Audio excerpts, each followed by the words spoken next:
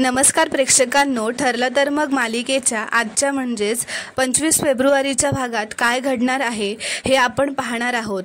पण त्याआधी जर तुम्ही माझ्या चॅनलवर नवीन असाल तर चॅनलला प्लीज सबस्क्राईब करा.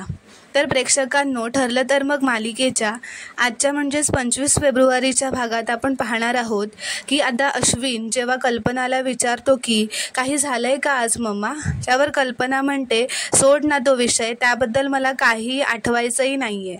तो म्हणतो आय होप की प्रियाला आणखीन काही त्रास होणार नाही, असं काही झालं नसेल असं तो कल्पनाला म्हणत असतो की मम्मा तन्वीची मानसिक अवस्था खूपच नाजूक आहे. ती इतकी निराश झाली आहे की तिला यातून बाहेर काढणं खूपच अवघड जाणार आहे. तेव्हा पूर्णाजी म्हणते आपणच तिच्या मागे खंबीरपणे उभं राहायला पाहिजे. तर आता इथे अर्जुन बाहेरून येतच असतो. तो येताच डायरेक्ट त्याच्या वर खोलीत जात असतो. तर पूर्णाजी त्याला टोमण्यानेच बोलू लागते की याचं तर काय, याची बायको तर दिवसभर उद्योग करतच असते आणि याची मनमानी तर चालूच आहे.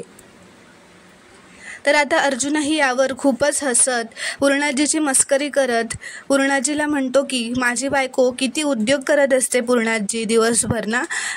तू ना एक कामच कर की तू कंप्लेंटची एक लिस्टच बनवून ठेव. ते काय ना की एखादी मिस नको व्हायला, असं तो म्हणतो. पूर्णाजी व बाकीच्यांना असं म्हणताच अर्जुनचा राग आलेला असतो. तर अर्जुन वर खोलीत जातो. सायली चेहरा पाडून बसलेली असते. तो तिला विचारतो की काही झालंय का, तर ती त्याला काही सांगत नाही. ती म्हणते घरात भांडायला भांडा तर लागणारच ना, असं म्हणून तो विषय सोडते. तर तो तिला म्हणतो की ते सगळं राहू द्या, आपल्याला जे हवं होतं ते काम झालंय, जोशी विरोधात पुरावा मिळालाय, आता लगेच आपण मधुभाऊंकडे जाऊयात. तर ते दोघे खाली येत असतात. पूर्णाजी म्हणते चुगली करून झाली वाटतं, असं ती टोमण्यानेच सायलीला म्हणते. अर्जुन येताच हिने लगेच मान वर करून सगळं सांगितलं असेल. तर कल्पना म्हणते हो, आणि हा लगेच म्हणालाही असेल, चला मग आपण बाहेर जेवायला जाऊयात. तर अर्जुन सायलीकडे बघतो, कारण त्याला काहीच माहिती नसते. तो पूर्णाजीला म्हणतो सायलीने मला काहीच सांगितलं नाही. मला तुमच्याकडून कळतंय की तुम्ही तिला आज स्वयंपाकघरात जाऊ दिलं नाही आहे.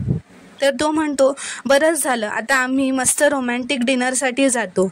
असं म्हणत ते दोघेही निघतात. त्यांना मधुभाऊंकडे लवकरात लवकर जायचं असतं.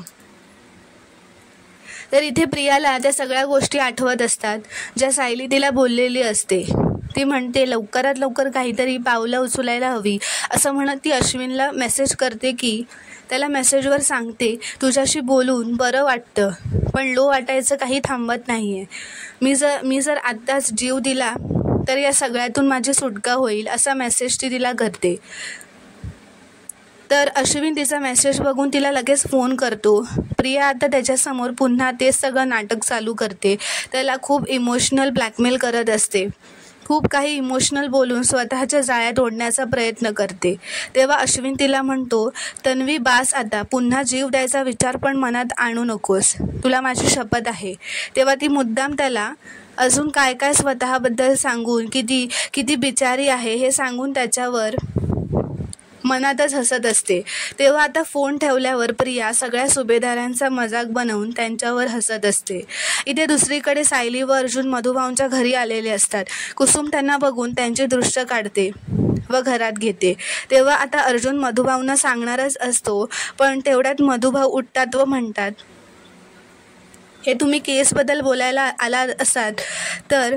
अर्जुन म्हणतो हो, आम्हाला केसबद्दलच म्हणायचं आहे. तेव्हा मधुभाऊ म्हणतात मला केसबद्दल काहीही ऐकायचं नाही आहे व बोलायचंही नाही आहे. तेव्हा यावेळी मात्र सायली पुढे येऊन मधुभाऊंना थांबवते व म्हणते यांना तुमच्याशी बोलायचं आहे मधुभाऊ, आणि ते तुमच्या फायद्याचंच आहे. तर मधुभाऊ काही ऐकून घेत नसतात. सायली आता मधुभाऊंना शपथ घालते व बसायला सांगते. तेव्हा मधुभाऊ बसतात, ऐकून घेतात. आता अर्जुन मधुभाऊंना तो व्हिडिओ दाखवतो ज्यात महिपत म्हणत असतो त्या अर्जुन सुभेदारला कसा जाळ्यात अडकवतो ते बघ, व जोशी म्हणत असतो त्या मधुकर पाटलाची बेल रद्द करायला लावतो व त्याला पुन्हा जेलमध्ये घालतो. हे सगळं ऐकून आता मधुभाऊ खूपच शॉक झालेले असतात. ते म्हणतात हे सगळं खूप भयंकर आहे. अर्जुन त्यांना सगळं सत्य सांगतो. ते सगळं ऐकून आता मधुभाऊंना काही सुचत नसतं. ते खूपच आश्चर्यचकित झालेले असतात. त्यांना खूप धक्का बसलेला असतो. कुसुम पण म्हणते, मला हे आधीच सायलीने सांगितलं होतं, पण त्यांच्या विरोधात काही ठोस पुरावा नव्हता म्हणून मी तुम्हाला सांगितलं नाही. तर आता मधुभाऊ उठून उभे राहतात व म्हणतात, हा जोशी एवढा नीच असेल असं वाटलं नव्हतं. ते म्हणतात, आत्ताच्या आत्ता जातो व त्याला चांगला जाब विचारतो. तेव्हा अर्जुन त्यांना थांबवतो व म्हणतो, तुम्ही असं काही कराल तर महिपत सावध होईल. आपल्याला त्यांना कळू द्यायचं नाही आहे की आपल्याला खरं काय ते कळलंय. तेव्हा मधुभाऊ म्हणतात, म्हणजे काय नक्की? तर सायली त्यांना समजावते, म्हणजे तुम्ही त्यांच्याशी आधीसारखंच नीट वागत राहायचं, त्यांच्यावर विश्वास असल्याचं नाटक करायचं. अर्जुन म्हणतो, महिपत खूप हुशार आहे मधुभाऊ. त्याला जरा जरी कळलं ना आपल्याला खरं काय ते कळलंय, तर तो पटकन केस फिरवेल आणि तुम्हाला अडकवेल मधुभाऊ. तर मधुभाऊ म्हणतात, हे सगळं माझ्या कल्पनेच्या पलीकडलंच आहे. मधुभाऊ आता खूपच निराश होत म्हणतात, माणसं ओळखायला मी कसं काय चुकलो हेच कळत नाही आहे. तेव्हा नंतर अर्जुन म्हणतो, मधुभाऊ तुम्ही जोशीला हेच सांगा की तुम्ही त्याचं ऐकून रोज सही करायला जाणार नाही आहात, पण रोज जाऊन तुम्ही नियमितपणे सही करून या. तेव्हा कुसुमताई म्हणते, पण मधुभाऊंनी सही केली तर पोलिसांकडून जोशीला कळेलच ना की रोज मधुभाऊ सही करतायत. तर अर्जुन म्हणतो, नाही कळणार, ते मी बघेन, मी करतो मॅनेज. सायली म्हणते, आपल्याला हे सगळं खूपच सावधगिरी वापरून करायला लागणार आहे मधुभाऊ. तेव्हा आता कुसुमताई म्हणते, तुम्ही दोघं जर पुरावा घेऊन आला नसतात तर तो जोशी वकील आम्हाला फसवतच राहिला असता. त्यावर अर्जुन म्हणतो, पण आता मधुभाऊंना कोणीही फसवू शकत नाही. त्यावर आता मधुभाऊ खूपच भावूक झालेले असतात. ते अर्जुनच्या जवळ जातात व म्हणतात, तुमचा चांगुलपणा मला माहीत नव्हता असं नाही आहे, पण माझ्या रागाने मला आंधळं केलं होतं. त्या आंधळेपणात मी तुम्हाला वाटेल ते बोललो. मधुभाऊंना ते काय काय बोलले होते अर्जुनला हे सगळं काही मधुभाऊंना आठवत असतं. अर्जुन मनातच म्हणत असतो, शेवटी तुमची केस मलाच मिळाली मधुभाऊ. मधुभाऊ म्हणतात, काहीही लक्षात न ठेवता तुम्ही मदतीसाठी धावून आलात, नाहीतर त्या जोशी वकिलांनी मला जन्मठेप किंवा फाशी दिली असती. असं म्हणत त्यांच्या डोळ्यात आता पाणी आलेलं असतं. मी तुमच्याशी चुकीच्या पद्धतीने वागलो. मधुभाऊ अर्जुनची माफी मागतात. अर्जुन म्हणतो, मी तुमच्या मुलासारखाच आहे आणि आपल्या मुलावर रागवण्याचा हक्क असतोच वडिलांना. असं म्हणत ते म्हणतात की तुम्ही प्लीज माफी मागू नका. तेव्हा सायली म्हणते, एकदा तुम्ही म्हणाला होतात माझा जावई 100 नंबरी सोनं आहे. हे तेव्हा कोणाला कळलं नव्हतं, पण आता सगळ्यांना कळलंय. असं म्हणत आता सगळेच हसू लागतात. मधुभाऊनी आता मनापासून अर्जुनला जावई म्हणून स्वीकारले असते असं म्हणून आता सगळेच खूप खुश होतात.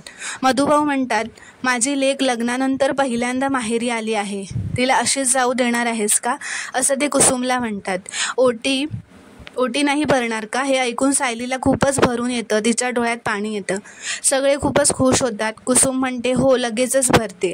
मधुभाऊ म्हणतात, अहो जावई बापू उभे का आहात, बसा ना. तर आता खऱ्या अर्थाने मधुभाऊंनी सायली व अर्जुनला मुलगी व जावई म्हणून स्वीकारले असते. तर इथे दुसरीकडे प्रिया किल्लेदारांच्या घरी नाश्ता करत असते. तिला सुमनने नाश्ता दिलेला असतो, तर ती नाश्ता खूपच थंड आहे म्हणून सुमनवर चिडते, रागावते. सुमन म्हणते, मी काढलं होतं तेव्हा गरमच होतं, थांब मी पटकन परत गरम करून आणते. त्यावर प्रतिमा तिला थांबवते व धाम सुमन असं म्हणते व तन्वीला येऊन म्हणते, मी गेले 2-3 दिवस बघते तुझ्या भावनांवर ताबाच राहिलेला नाही आहे. अचानक चिडतेस काय, मग नीट वागतेस काय? तर ती उठून उभी राहते, कारण आता प्रियाला खूपच राग आलेला असतो व ती प्रतिमाला म्हणते, तू तर काय बोलूच नको, ही वेळ माझ्यावर तुझ्यामुळेच आली आहे. इथे माझी सख्खी आई माझ्या मनाचा विचार करत नाही आहे, मी जगाकडून काय अपेक्षा करू? त्यावर सुमन म्हणते, इतका कडवटपणा बरा नव्हे बाळा. तर तन्वी म्हणते, जे काही झालंय त्यानंतर मी गोडवा आणू तरी कुठून? तरी मी सगळं विसरण्याचा प्रयत्न करते. सुभेदारांच्या घरी नीट वागले, मी तुझ्याशीही नॉर्मलच बोलले होते, असं ती प्रतिमाला म्हणते. तर प्रतिमा म्हणते, आणि आज परत चिडचिड करतेस? अगं अशाने तू तुझ्या माणसांनाच तोडतेस, तुला कळत कसं नाही आहे? सुमन म्हणते, तुझ्या लग्न मोडल्याचा दोष तुझ्या आईला देणं बंद कर बाळा. त्यावर प्रिया म्हणते, माझ्या आईने माझं आयुष्य उद्ध्वस्त केलं, हे सत्य तर बदलणार नाही आहे ना. तर प्रतिमा म्हणते, मी तुझं आयुष्य उद्ध्वस्त केलं नाही तर उद्ध्वस्त होता होता वाचवलंय, भानावर ये तन्वी, असं ती तन्वीला खूपच काही समजावून सांगत असते. ती म्हणते एवढं सगळं झाल्यावर तरी तुला समजायला हवं होतं की नाती जबरदस्तीने जोडता नाही येत, त्यासाठी प्रेमच असावं लागतं. तेव्हा प्रियाला आठवतं की असं सेम वाक्य सायलीनेही तिला म्हटलेलं असतं. तर आता प्रिया मनात म्हणत असते की ह्या प्रतिमाने माझी आणखी वाट लावण्याआधीच हिला अलगद बाजूला करायला लागेल. तर इथे दुसरीकडे अर्जुन व सायली त्यांच्या खोलीत असतात. अर्जुन फोनवर मधुभाऊंच्या केसबद्दल कोणाशी तरी बोलत असतो. तो म्हणत असतो की ॲडव्होकेट जोशी यांची सगळी इन्फॉर्मेशन मला हवी आहे. तो फ्रॉड माणूस आहे हे प्रूफ करण्यासाठी प्रत्येक गोष्ट त्या फाईलमध्ये ठेवा, असं म्हणत तो फोन ठेवतो. सायली अर्जुनकडे प्रेमाने बघतच असते व मनातच म्हणत असते की हे मधुभाऊंसाठी नव्या जोमाने कामाला लागलेत. आता साक्षीला होऊन मधुभाऊ सुखरूपपणे सुटतील तो दिवस दूर नाही. साक्षीला लवकरच फाशी होईल, असं म्हणत ती अर्जुनजवळ जाते. त्याच्या मागे उभं राहून त्याच्या खांद्यावर हात ठेवून म्हणते, मी मगापासून बघते सतत कामात आहात, व त्याला म्हणते की थकला असाल ना, असं म्हणत त्याच्या डोक्याला ती मसाज देते. तर तो उठून म्हणतो की कामं करत होतो, पण आता माझी बायको मला इतका चांगला हेड मसाज देणार असेल तर आज कामाला सुट्टी, असं तो हसतच म्हणतो. तो तिच्या जवळ जाण्याचा प्रयत्न करत असतो तर सायली लगेच आपला हात सोडवते. तो म्हणते मला कामं आहेत, खोली आवरायची आहे. तर अर्जुन म्हणतो आता ते राहू द्या व तिच्या जवळ जात असतो. तर ती जोरातच त्याला चुकवून त्याच्या हाताखालून पळून जाते व जोरात हसू लागते. तेव्हा अर्जुन जोरातच भिंतीला आपटतो व म्हणतो की नवऱ्याला असा धोका देतात का. ते दोघेही एकमेकांकडे प्रेमाने बघू लागतात. तर प्रेक्षकांनो, पुढील भागात आपण पाहणार आहोत की आता सायली किचनमध्ये असते. ती विमलला म्हणत असते की मी या घरची सून आहे, त्यामुळे नेहमीप्रमाणे गोडाधोडाचा स्वयंपाक मी करणारच. तर विमल तिला म्हणते पण हे कसं शक्य आहे, अर्जुन दादा सोडल्यास बाकी कोणी तुमच्या हातचं नाही खाणार. तर सायली तिला म्हणते हो मग तुम्ही तुमच्या हाताने केलंय असं सांगा ना. तर सायली पटापट स्वयंपाक करत असते व विमल तिला पहारा देत असते. ती म्हणत असते की अजून तरी इथे कोणी आलेलं नाही आहे, कोणी आलंच ना तर मी तुम्हाला शिट्टी मारून सांगेन. तर तेवढ्यातच आता पूर्णाजी व कल्पना घरात येत असतात. पण विमल शिट्टी मारण्याचा प्रयत्न करत असते पण तिच्याकडून शिट्टी काही वाजत नाही. तर दुसरीकडे अर्जुन डायरेक्ट जोशी वकिलांच्या ऑफिसमध्ये जातो मधुभाऊंना घेऊन मधुभाऊंसोबत व त्या जोशी वकिलाची कॉलरच पकडतो. तिथे मधुभाऊ पण असतात. अर्जुन जोशीला म्हणतो आता तुझा बॉस जरी आला ना तरी तो मला थांबवू शकत नाही आहे. तर जोशी वकील म्हणतो मधुभाऊंना की बघा तुमचं जावई काय करतोय ते. तर मधुभाऊ त्याच्याकडे बघतच राहतात.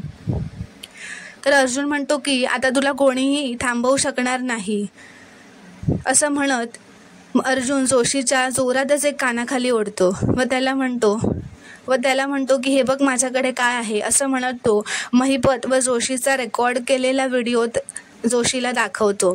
तो व्हिडिओ बघून आता जोशी मात्र पूर्णपणे हादरून जातो. तर प्रेक्षकांनो, पूर्ण व्हिडिओ बघितल्याबद्दल धन्यवाद.